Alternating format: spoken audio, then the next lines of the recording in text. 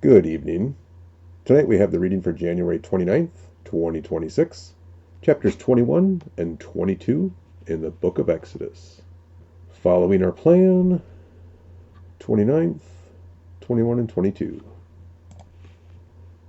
Fair treatment of slaves.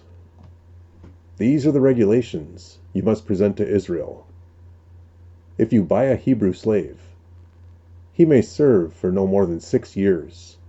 Set him free in the 7th year, and he will owe you nothing for his freedom. If he was single when he became your slave, he shall leave single.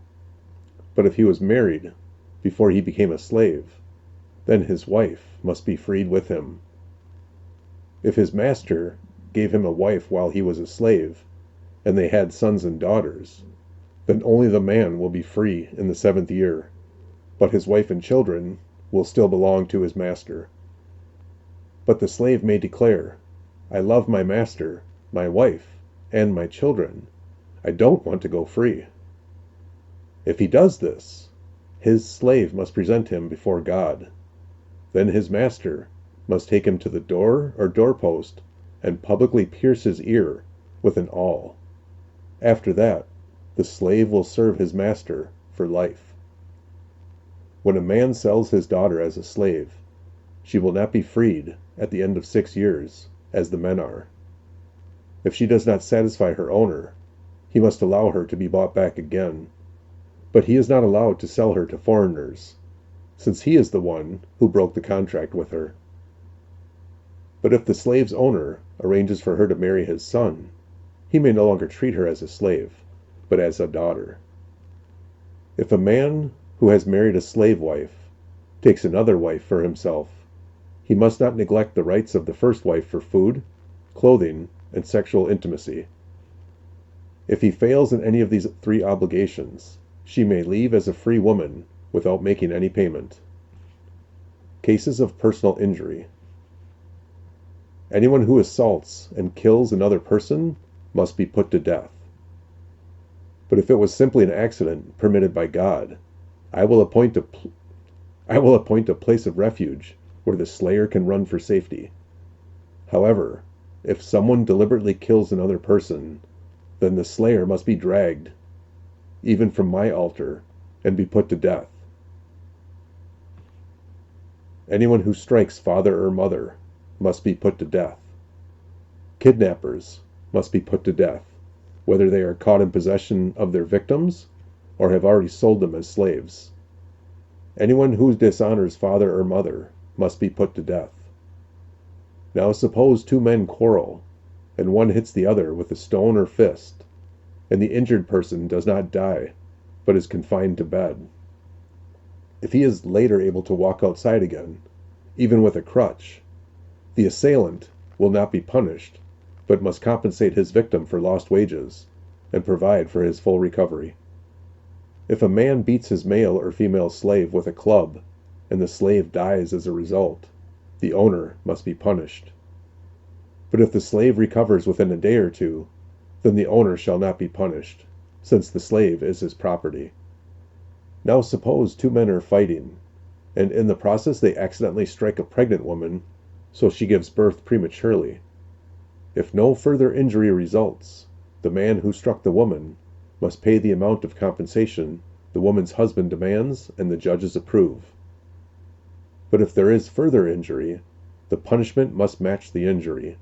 A life for a life, an eye for an eye, a tooth for a tooth, a hand for a hand, a foot for a foot, a burn for a burn, a wound for a wound, a bruise for a bruise.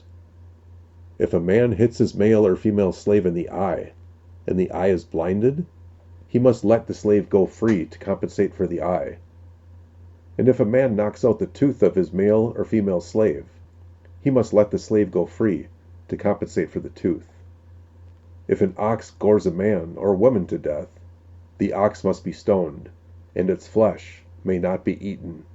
In such a case, however, the owner will not be held liable. But suppose the ox had a reputation of goring, and the owner had been informed, but failed to keep it under control. If the ox then kills someone, it must be stoned, and the owner must also be put to death. However, the dead person's relatives may accept any payment to compensate for the loss of life. The owner of the ox may redeem his life by paying whatever is demanded. The same regulation applies if an ox gores a boy or a girl.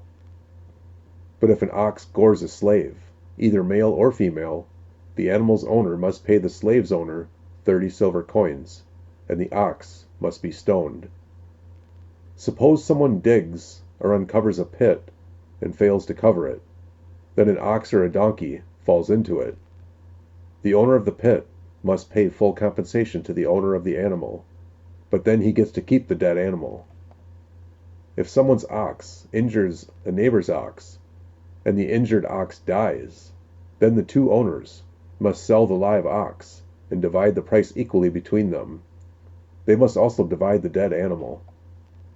But if the ox had a reputation for goring, yet its owner failed to keep it under control, he must pay full compensation, a live ox for the dead one.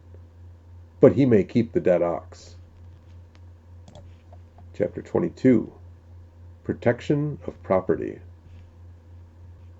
If someone steals an ox or sheep and then kills it or sells it, the thief must pay back 5 oxen for each ox stolen, and 4 sheep for each sheep stolen. If a thief is caught in the act of breaking into a house and is struck and killed in the process, the person who killed the thief is not guilty of murder. But if it happens in daylight, the one who killed the thief is guilty of murder. A thief who is caught must pay in full for everything he stole. If he cannot pay, he must be sold as a slave to pay for his theft. If someone steals an ox or a donkey or a sheep, and it's found in the thief's possession, then the thief must pay double the value of the stolen animal. If an animal is grazing in a field or vineyard, and the owner lets it stray into someone else's field to graze, then the animal's owner must pay compensation from the best of his own grain or grapes. If you are burning thorn bushes, and the fire gets out of control and spreads into another person's field, destroying the sheaves or the uncut grain or the whole crop, the one who started the fire must pay for the lost crop. Suppose someone leaves money or goods with a neighbor for safekeeping, and they are stolen from the neighbor's house. If the thief is caught, the compensation is double the value of what was stolen. But if the thief is not caught, the neighbor must appear before God, who will determine if he stole the property. Suppose that there is a dispute between two people who both claim to own a particular ox, donkey, sheep, article of clothing, or any lost property. Both parties must come before God, and the person whom God declares guilty must pay double compensation to the other. Now suppose someone leaves a donkey, ox, sheep, or any other animal with a neighbor for safekeeping, but it dies, or is injured or gets away, and no one sees what happened. The neighbor must then take an oath in the presence of the Lord. If the Lord confirms that the neighbor did not steal the property, the owner must accept the verdict, and no payment will be required. But if the animal was indeed stolen, the guilty person must pay compensation to the owner. If it was torn to pieces by a wild animal, the remains of the carcass must be shown as evidence, and no compensation will be required. If someone borrows an animal from a neighbor, and it is injured or dies when the owner is absent, the person who borrowed it must pay full compensation. But if the owner was present, no compensation is required, and no compensation is required if the animal was rented, for the loss is covered by the rental fee. Social responsibility. If a man seduces a virgin who is not engaged to anyone and has sex with her, he must pay the customary bride price and marry her. But if her father refuses to let him marry her, the man must still pay him an amount equal to the bride price of a virgin. You must not allow a sorceress to live. Anyone who has sexual relations with an animal must certainly be put to death. Anyone who sacrifices to any god other than the Lord must be destroyed.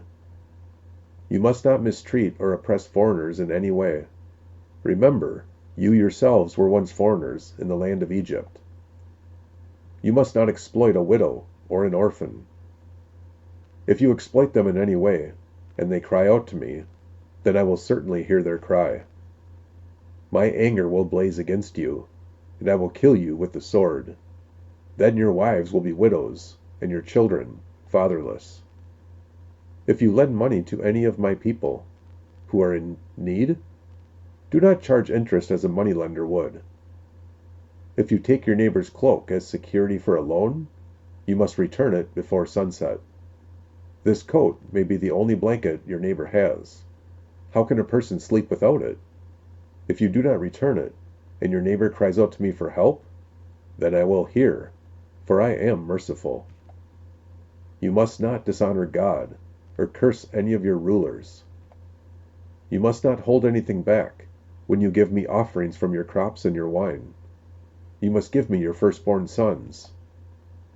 You must also give me the firstborn of your cattle, sheep, and goats. But leave the newborn animal with its mother for 7 days. Then give it to me on the 8th day. You must be my holy people. Therefore, do not eat any animal that has been torn up and killed by wild animals. Throw it to the dogs. That wraps up our reading for tonight. Take care. Hope you're doing well, and God bless.